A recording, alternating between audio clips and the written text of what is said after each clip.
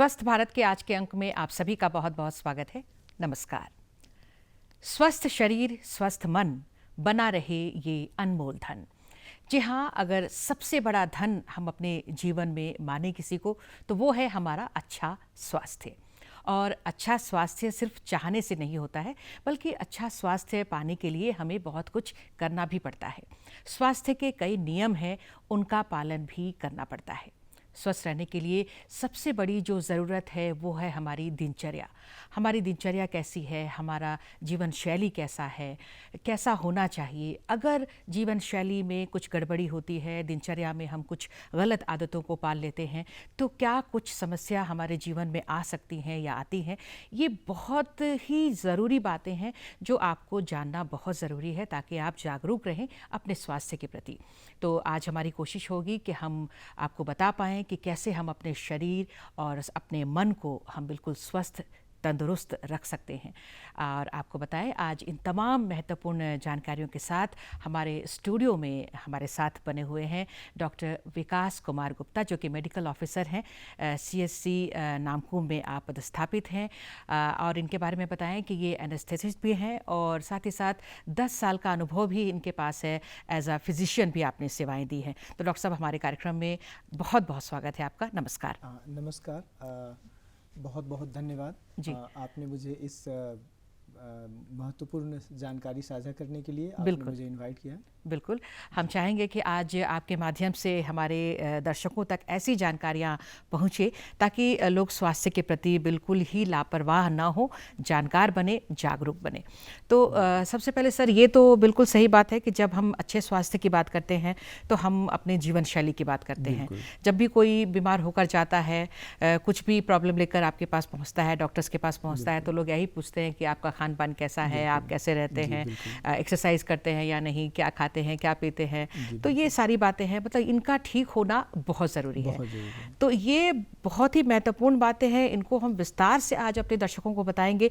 लेकिन सबसे पहले आप ये बताएं सर कि अगर हमारे जीवन शैली में कुछ गड़बड़ी हो, हम लापरवाही बरतते हैं, तो किस तरह की समस्याएं हमें घेर सकती हैं। धन्यवाद। मैं सबसे पहले बताना चाहूँगा कि आप अगर आपका दिनचर्या अगर सही नहीं है, अगर आप यूँ मान लें कि आपने कोई कार खरीदा सपोज दैट, और आप उसमें पेट्रोल की जगह आपने डीजल और केरोसिन ऑयल डाल दिया, तो उसकी इंजन और उसकी जो क्षमता है उस पर प्रभाव पड़ेगा। वैसे ही हमारा ये शरीर है, अगर हम इसमें गलत चीज़, अपना जो एनर्जी है उस गलत फूड को अगर डालते हैं तो उसका प्रभाव तो पूरे शरीर पे दिखेगा। साथ ही साथ अगर हम गलत विचार, अगर गलत थॉट भी अगर हम ब्रेन में, अगर हम अपने दिमाग में लाते हैं तो उसका भी बुरा प्रभाव हमारे पूरे शरीर पर पड़ता है। आगे जैसे कि बहुत सारा आजकल पूरे भारत में हम कह सकते हैं कि खराब दिनचर्या और जीवन शैली को लोग दिन प्रतिदिन उसे अट्रैक्ट होकर उसकी ओर अपनाते जा रहे हैं, भागते जा रहे हैं। अब वेस्टर्न कल्चर की ओर लोग भाग रहे हैं। वेस्टर्न कल्चर से बहुत नुकसान है। एक्चुअली हमारा जो भारतीय संस्कृति, सभ्यता और जो खान पान था, वो यहाँ के जो मौसम है, यहाँ के जो हमारे बॉडी है, जो इन्वायरमेंट है, उसके हिसाब से अडप्ट करके हमारे ऋषि मुनि अपने ज्ञान और सब कुछ अपने रिसर्च करके उसको और अपने वातावरण के अनुसार जैसा हमारे आसपास माहौल है उसको उन्होंने एक बनाया था। दिन प्रतिदिन जैसे जैसे हम लोग मॉडर्न होते गए, जैसे जैसे हम डिजिटलाइज होते गए, हमने जैसे जैसे मेडिकल साइंस हमारा आगे डेवलप करते गया, हम मशीनरीज पे डिपेंडेंट हो गए, हम अपने शारीरिक क्षमता का उपयोग करना बंद कर दिया। हम अपने जो आजकल डिजिटल गैजेट्स का यूज़ की वजह से हम अपने ब्रेन का भी यूज़ करना कम कर दिए। इन सब की वजह से हमें नॉलेज की भी काफ़ी कमी आई है। लोग ज्ञान अर्जित करने का जो सोर्स था, जो बुक्स था, जो ज्ञानी व्यक्ति थे, जो टीचर्स थे, उनके पास न भागकर आज लोग मोबाइल में लगे रहते हैं, सिमट गए हैं। और वो जो जितने भी आज फूड हैं, रेस्तरां और जितनी तरह की जो पैकेज फूड, प्रोसेस्ड फूड, और उसके पीछे लोगों का अट्रैक्शन ज़्यादा है, क्योंकि उसमें टेस्ट ज़्यादा है, जो स्वाद है, लेकिन वो हमारे बॉडी के लिए किस तरह से हानिकारक है, लोग इससे अवेयर नहीं हैं। मैं इन्हीं सब कुछ बातों पे ध्यान आकर्षित करना चाहूँगा कि सर्वप्रथम जब हम अपनी जीवन शैली को विषाक्त कर देते हैं, हम अपनी जीवन पद्धति को अगर बहुत बुरी तरीके से उस पर हम अपने हेल्थ को बोल सकते हैं कि बैकशीट पे रख देते हैं, उसको प्राथमिकता नहीं देते हैं, हम प्राथमिकता अन्य चीज़ों को देते हैं, लाइक हम कैरियर को, पैसे कमाने को, घर बनाने को, गाड़ी खरीदने को, तो हम अपने स्वास्थ्य के प्रति बिल्कुल ही लापरवाह हो जाते हैं और अनेकों बीमारियां हमें जकड़ लेती हैं। उनमें से कुछ बीमारियों का मैं विवरण आपके सामने कुछ रखना चाहूँगा। सर्वप्रथम अभी जैसा 2 साल लोग कोविड से अभी जस्ट गुजरे हैं, तो कोविड के दौरान क्या हुआ था कि लोग काफ़ी फियर में थे, डर में थे। उसके साथ क्या था कि एक जो घरों में बंद रहे वो अपना इकोनॉमिक लॉस किए, उन्होंने सभी लोग जो फियर में जीने की वजह से उनका मेंटल स्ट्रेस काफ़ी बढ़ गया। तो मानसिक तनाव एक आज भयावह रूप ले चुकी है पूरे भारत में। अगर हम बोल सकते हैं तो among below 25 year age group जो पॉपुलेशन है वो ऑलमोस्ट 50% है, एंड बिलो 35 ईयर अगर आप हम जाते हैं तो ये ऑलमोस्ट लगभग मोर देन 60%, 65% तक ये पॉपुलेशन है। तो ये जो बड़ा हिस्सा है यूथ का, और ये सभी लोग जो किसी भी वर्ग के, इरेस्पेक्टिव ऑफ की his designation, knowledge and economic status, सभी मानसिक तनाव से ग्रसित हैं। स्ट्रेस ऑलमोस्ट लगभग 70 to 80% लोगों में, हर दूसरे व्यक्ति में हम तनाव को देख सकते हैं। बिल्कुल। ये जो तनाव है डॉक्टर साहब, ये जो तनाव आया है, एक तो कोविड के चलते आया है, दूसरा और भी कई चीज़ों को हम लेकर रखते हैं, दिलो दिमाग में हावी रहता है हमारे, उसके चलते स्ट्रेस होता है आज के समय में। तो ये जो स्ट्रेस है, ये जो तनाव है, इसका क्या हमारे शरीर पर बुरा असर पड़ता है? मैं बताना चाहूँगा कि जब हम काफ़ी तनाव में होते हैं तो हमारे जो शरीर में जितनी भी ब्रेन से भी बहुत सारे हार्मोन ये सिक्रीट होते हैं, जी। और वो हमारे पूरे बॉडी के सारे जो ग्लैंड हैं उसको कंट्रोल करते हैं। हमारे वो डाइजेशन पे, हमारा जो जितना भी सिस्टम है, हमारा ऑर्गन है, लाइक सिंपैथेटिक सिस्टम अगर एक्टिवेटेड है तो हमारा कार्डियक पे उसका इफेक्ट पड़ता है। हमारे बॉडी के ओवरऑल A to Z जितने भी सिस्टम हैं सभी पे उसका बुरा प्रभाव पड़ता है। मानसिक तनाव के साथ फिर मैं आगे चर्चा करूंगा कि हम जैसे जैसे नीचे की ओर आते हैं तो हमारा हार्ट पे, उसका कार्डियक पे, लाइक अभी बहुत ज़्यादा हार्ट अटैक से लोगों की डेथ हो रही है। कोरोनरी आर्टरी डिजीज, बहुत कम उम्र में लोग cardiac blockage, valvular disease, cardiac congestive heart failure का, कार्डियक डिजीज का समस्या अभी बहुत विकराल रूप ले चुका है। नेक्स्ट हम अगर बात करें तो फिर लोग खान पान में एडल्ट्रेशन की वजह से ओबेसिटी की ओर बहुत ज़्यादा लोग बढ़ गए हैं, और वो उन्हें समझ नहीं आ रहा है कि ओबेसिटी ये कैसे आ रहा है। बहुत लोग सोचते हैं कि मैं खान पान अच्छा रखता हूँ फिर भी मैं कैसे मोटा हो रहा हूँ, मुझे समझ में नहीं आ रहा है। तो ओबेसिटी की वजह से फिर वो डायबिटीज़ को इनवाइट कर रहे हैं। डायबिटीज़ होने के बाद फिर हम आगे थोड़ा सा और अपने बॉडी में आगे की ओर बढ़ते हैं तो आज रिप्रोडक्टिव एज ग्रुप जो न्यू कपल्स हैं उनमें फर्टिलिटी की बहुत बड़ी समस्या है। इनफर्टिलिटी आज एक इतनी बड़ी समस्या बन गई है कि ये हर बड़े शहर में अगर आप देखेंगे तो IVF सेंटर जहां 1-2 हुआ करता था, आज के समय में 10, 20, 50 एक शहर में, और वहां भी पेशेंट की लाइन लगी हुई है। फिर हम आगे अगर देखें तो थायराइड है, फिर आज अर्थराइटिस है, ये सब विकराल रूप ले चुका है। डायबिटीज तो खैर ऐसे ही बिल्कुल। तो जिस तरह से डिजीज अपना पैर पसारते जा रही है, और अब तो समाज में हम बोल सकते हैं कि जो फूड स्टॉल और कपड़े की दुकान की तरह अब दवा दुकान और हॉस्पिटल्स खुलने लगे हैं।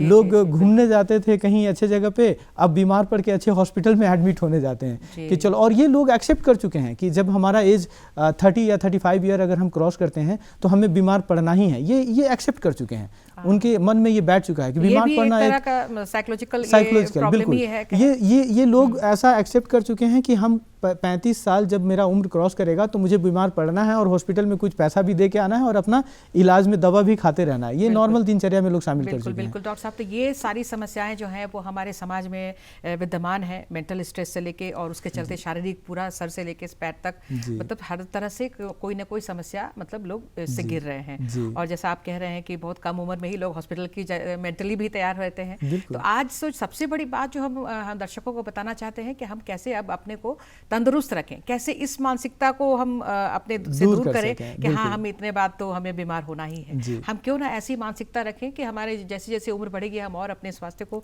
बेहतरी की ओर ले जाएंगे। तो उसके लिए मतलब क्या करना चाहिए, हमें क्या बदलाव लाना चाहिए?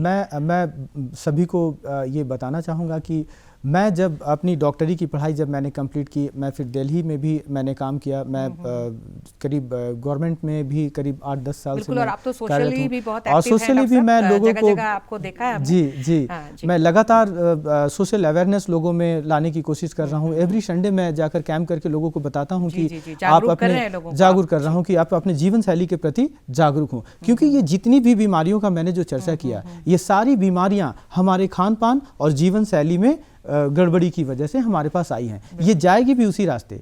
अगर तो हम क्यों अपने ये गड़बड़ी आखिर क्यों आई है, क्या बदलाव आया है और क्या हमें और करना है बदलाव? मैंने बताया कि जैसे कि जीवन शैली में हमने जो गड़बड़ियाँ की हैं, अब मैं ये बताऊंगा कि ये सारी बीमारियों का जड़ जो था खान पान और जीवन शैली था। तो हमारा जीवन शैली कैसा होना चाहिए, हमारा खान पान कैसा होना चाहिए, हमें उस पर फोकस्ड होने की ज़रूरत है।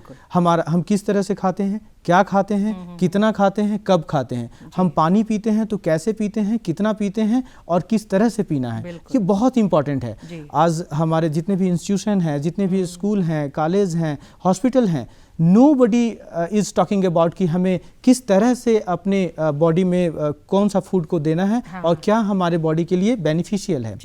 तो मैं थोड़ा सा ध्यान आकर्षित करना चाहूँगा कि एक जीवन शैली, अच्छे जीवन शैली का नॉलेज सभी को होना चाहिए। इनफैक्ट इसे तो मैं बोलता हूँ कि प्राइमरी स्कूल में इसे एक सब्जेक्ट बनाना चाहिए, क्योंकि ये आज सबसे ज़्यादा बीमारियाँ हैं जो जीवन शैली से रिलेटेड हैं। तो सबसे ज़्यादा अभी ज़रूरी है कि हम समय पे जागें, सूर्य के निकलने से पहले हम बेड छोड़ दें।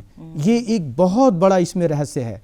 उसको ब्रह्म मुहूर्त भी बोलते हैं कि जो ब्रह्म मुहूर्त में जगता है उसने अपनी आधी दिनचर्या को ऐसे ही सही कर दिया।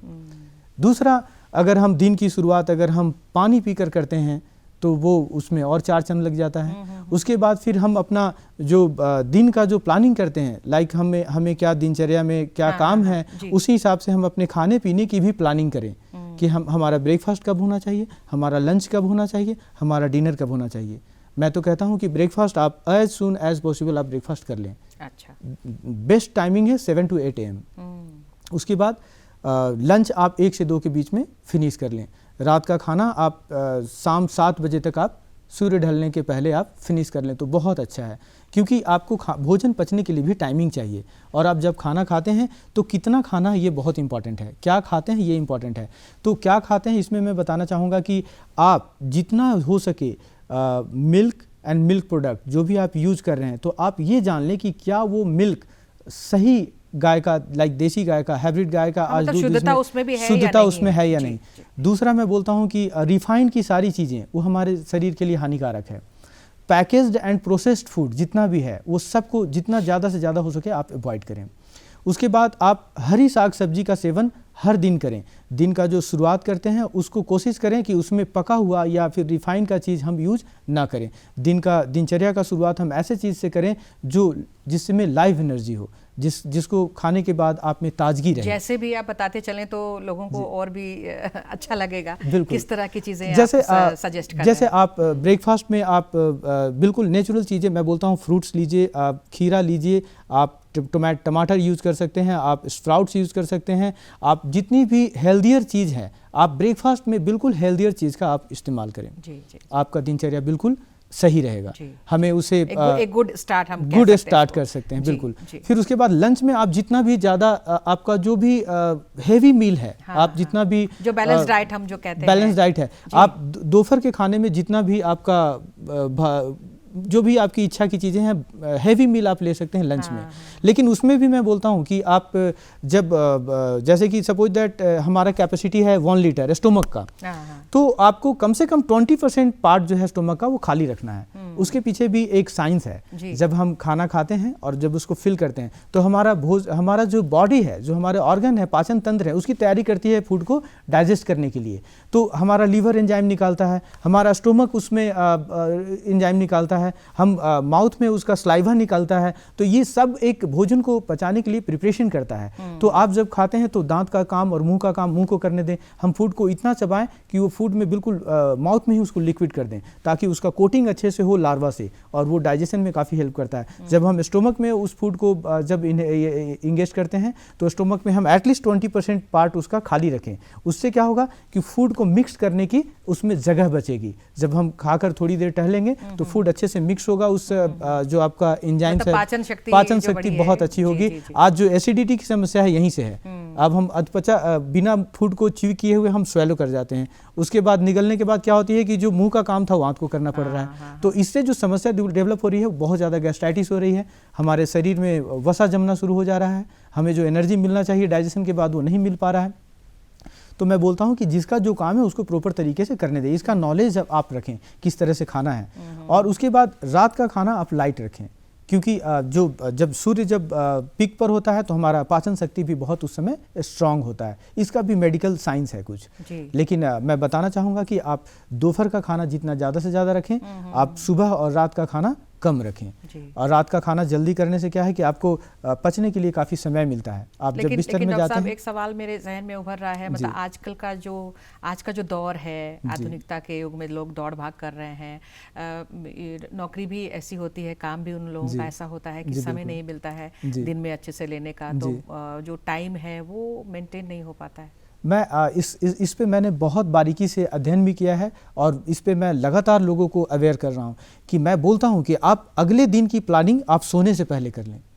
आप जैसे आप अपने काम, आपको ऑफिस जाना है, आपका जो जॉब है उसकी प्लानिंग आप करते हैं, जैसे आप अपने दिन की प्लानिंग करते हैं, आप खाने पीने की प्लानिंग क्यों नहीं करते हैं? आप इतना कीमती शरीर है, ये अरबों रुपया का आपके पास जो ह्यूमन बॉडी है, इसका केयर करने का आप कोई प्लानिंग नहीं करते हैं। आपको इसकी भी प्लानिंग करनी चाहिए कि इसमें क्या हम बेटर फ्यूल डालेंगे, क्या बेटर फूड इसको देंगे ताकि ये मैक्सिमम लेवल पे हम इसका जो एनर्जी का यूटिलाइजेशन कर सकते हैं। ये शरीर तभी आपका मैक्सिमम आपको एफर्ट साथ देगा जब हम इसको एक अच्छा फ्यूल देंगे, अच्छा हम खाना पीना देंगे, इसका भी ख्याल रखेंगे। तो मैं कहना चाहता हूं कि आप फूड का दिन भर का प्लानिंग कीजिए। आप ब्रेकफास्ट, लंच और डिनर, आप ब्रेकफास्ट करें, लंच और डिनर की भी प्लानिंग करके, और आपका अगर वैसा जॉब है जो आप ट्रैवल करते हैं तो आप अपना टिफिन साथ में कैरी करें।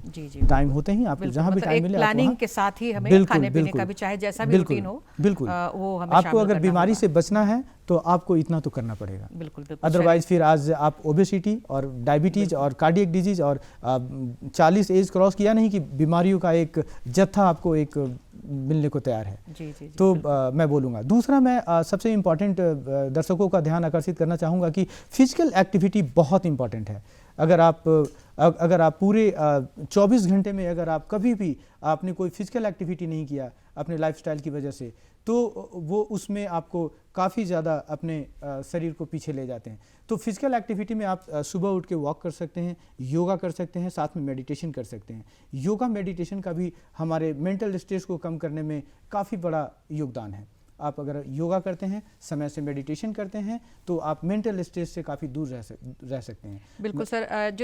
जब भी हम बात करते हैं बैलेंस डाइट की, तो उसमें हम बात करते हैं कि कार्बोहाइड्रेट लेना है, फैट लेना है, प्रोटीन लेना है, विटामिन्स लेना है, तो ये इनकी मात्रा कितनी होनी चाहिए, कैसे हम इसको बैलेंस रख सकते हैं? और जहाँ तक बहुत ही हेवी अगर हम पल्सेस की बात करते हैं, लाइक पनीर है, प्रोटीन वाली चीज़ें हैं, सोयाबीन है, ये सब थोड़ा हार्ड भी होता है, तो इनको हमें कब शामिल करना चाहिए? मॉर्निंग में, इवनिंग में, रात में, या कब लेना चाहिए? बहुत सारी बातें हैं सर। समय भी देखिएगा हमें कब पड़ने वाला है। जी। आप बिल्कुल सही सवाल आपने पूछा कि हमें अपने फूड में कितना कार्ब्स, कितना फैट और कितना प्रोटीन लेना चाहिए। ये बहुत इंपॉर्टेंट है। इसका जब तक ओरिएंटेशन हमें नहीं होगा तब तक हमें समझ में नहीं आएगा कि मैं कौन सा फूड कितना हमें इस्तेमाल करना है। जी। तो हमारे बॉडी के लिए एक निश्चित मात्रा में कैलोरी की आवश्यकता होती है। अलग अलग जो दिनचर्या और जिनकी शारीरिक परिश्रम है उसके हिसाब से उनका रिक्वायरमेंट भी डिफरेंट है। तो जब रिक्वायरमेंट डिफरेंट है तो हमें उस हिसाब से अपने फूड को डिजाइन भी करना होगा। हाँ, बिल्कुल। तो आप जैसे आपने बताया कि हमें कितना कार्ब्स और कितना प्रोटीन और कितना फैट लेना चाहिए। तो ये एक संतुलित आहार अगर आप जानना चाहेंगे तो इसमें हमें ग्रीन लीफी वेजिटेबल्स, हमें जो प्रोटीन वाली चीज़ें हैं लाइक स्प्राउट्स है, जो रोटी आप यूज़ करते हैं, तो स्प्राउट्स में सोयाबीन का भी इस्तेमाल हो सकता है। आप स्प्राउट्स में चना, मूंग, ये गेहूं, आप सोयाबीन और सब कुछ, अलसी, सब यूज़ कर सकते हैं। अच्छा। जी, ये सारे जितने भी ग्रेन्स हैं इसका हमारे और बॉडी में मिल्क बहुत प्रोडक्ट्स की ज़्यादा जब हम बात करते हैं जी, तो इन सब चीज़ों दूध का- है या बिल्कुल, फिर बिल्कुल। पनीर है, ये इनका इन सब चीज़ों का सेवन मैंने अभी पहले भी बताया कि आप कोई भी हेवी मील अगर प्लान करते हैं तो आप उसको लंच में शामिल करें, क्योंकि उस समय हमारा पाचन शक्ति सबसे स्ट्रांग होता है। तो जब आप इसको आप लंच में आप शामिल करते हैं तो हमें डाइजेस्ट करने में उसको काफ़ी हेल्प मिलता है बॉडी को। हमारा पाचन तंत्र मैक्सिमम एनर्जी में उस समय होता है। तो आप जब दोपहर में कोई भी हैवी मील, आप कोई भी हाई प्रोटीन यील्ड जो फूड आप खा रहे हैं, आप paneer, milk and milk product use कर रहे हैं, पनीर वगैरह या कोई भी वैसा खीर वगैरह यूज़ कर रहे हैं, या फिर आप कोई भी लाइक मशरूम है या फिर पल्सेज हैं जो या नॉन वेजिटेरियन है तो अगर आप नॉन वेज मील खाते हैं तो मैं तो नॉन वेजिटेरियन को बोलता हूँ कि वो कम से कम खाएं। अगर खाते भी हैं तो वो सिर्फ और सिर्फ लंच में ही उसको लें, लंच में उसको प्लान करें, नंबर 1। नंबर 2, आप मैक्सिमम वीक में 2 दिन नॉन वेज लें।